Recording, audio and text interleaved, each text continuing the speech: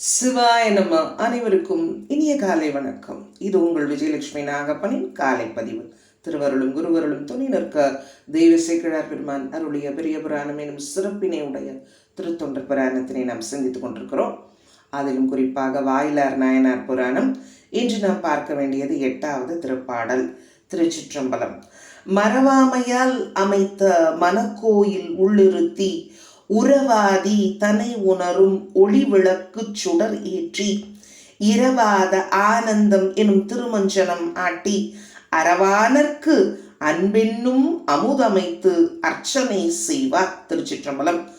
எப்பொழுதும் போல இந்த திருப்பாடலை ஆற்றினியர் பொருட்கொள் முறைமையிலேயே பொருளை பார்த்து விடுவோம். அது பொருளை பார்ப்பதற்கு முன்பு பூசைகள் இருவகைப்படும். அதாவது பரார்த்த பூசை, ஆன்மார்த்த பூசை. ஆலயங்களுக்கு சென்று அங்கே நாம் பார்க்கும் அந்த நித்திய நைமித்திய பூசைகள் யாவும் பரார்த்த பூசையிலே அடங்குகின்றன. ஆன்மார்த்த பூசை என்பது அகப்பூசை, நம்முடைய உள்ளத்திலே சிவபெருமானை வழிபாடு செய்வது. அத்தகைய பூசையினை தான் இந்த நாயன்மார் இயற்றியிருக்கிறார். பார்ப்போம் வாருங்கள். முதல் அடி. மறவாமையால் அமைத்த மனக்கோயில் உள்ளிருத்தி. மறவாமை என்னும் கருவியினால் அமைந்த மனமான கோயிலுள் யாரை உள்ளிருத்தி? சிவபெருமானை எழுந்தருளிவித்து நிலை பெறுமாறு இருத்தி அப்படின்னு பொருள் எடுத்துக்கொள்ள வேண்டும். 2வது அடி. உறவாதி தன்னை உணரும் ஒளி விளக்கு சுடரேற்றி. திருக்கோயிலுக்கு சென்றால் நாம் விளக்கேற்றுவோம் அல்லவா? அதுபோல இங்கே அந்த இடத்திலேயே பொருந்துமாறு அந்த பெருமானை உணரும் ஞானம் என்கின்ற ஒளி வீசும் சுடர் விளக்கை ஏற்றி. 3வது அடி. இரவாத ஆனந்தம் எனும் திருமஞ்சனம் ஆட்டி. சுவாமிக்கு திருக்கோயில் எப்படி செய்வாங்க? அபிடேகம் செய்வார்கள் நீரினால். அதுபோல இங்க அழிவற்ற பேரானந்தம் ஆகிய நீரினால் திருமஞ்சனம் ஆட்டி. இதையெல்லாம் யாருங்க செய்துகிறார்? நம்முடைய வாயிலார் நாயனார். அதை மறந்து விடக்கூடாது நாம். அவர் தன்னுடைய உள்ளம் எனும் கோயிலிலே சிவபெருமானை நிலை பெறுமாறு நிறுத்தினார்.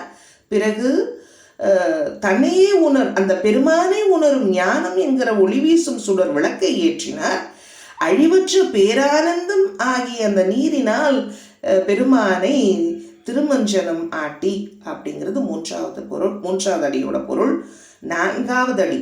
அரவானர்க்கு அன்பென்னும் அமுதமைத்து அர்ச்சனை செய்வார். இப்போ எல்லாம் பண்ணியாச்சு, அப்புறம் நைவேத்தியம் பண்ணும் இல்லையா? அப்போ அமுதம் எதை நிவேதனமாக தருகிறார்? அரவானர். அரவாரணர்னா நம்முடைய சிவபெருமான். அந்த சிவபெருமானுக்கு அன்பு என்னும் திருவமுதை அமைத்து இத்தகைய அகப்பூசை, அதுவும் ஞான பூசையினை செய்பவராய் என்ற அளவில் இந்த திருப்பாடலுடைய விளக்கம் செமையாக இதோட நிறைவுறுகிறது. இது எதை ஒத்ததாக இருக்கிறது என்றால், திருமந்திரத்தில் வரும் இல்லையா அடிகள், உள்ளம் பெருங்கோயில் ஊன் உடம்பு ஆலயம், அதை போல இருக்கிறது இந்த திருப்பாடலுடைய கருத்து என்று சொல்லி, இந்த கருத்தாக்கத்திற்கு உதவிய அடியனுடைய ஆசிரியர் பெரும்புலவர் ராஜமாணிக்கம் ஐயா அவருடைய திருவடிகளை பணிந்து வணங்கி கொண்டு, இந்த தருணத்திலே இன்றைய நாள் நமக்கு சிவ மங்களங்களை நல்கும் நல்லதொரு நாளாக அமைய வேண்டும் என்று இறைவனிடத்திலே விண்ணப்பம் வைப்போம். தென்னாடுடைய சிவனே போற்றி, எந்நாட்டவர்க்கும் இறைவா போற்றி. ஓம் நம சிவா.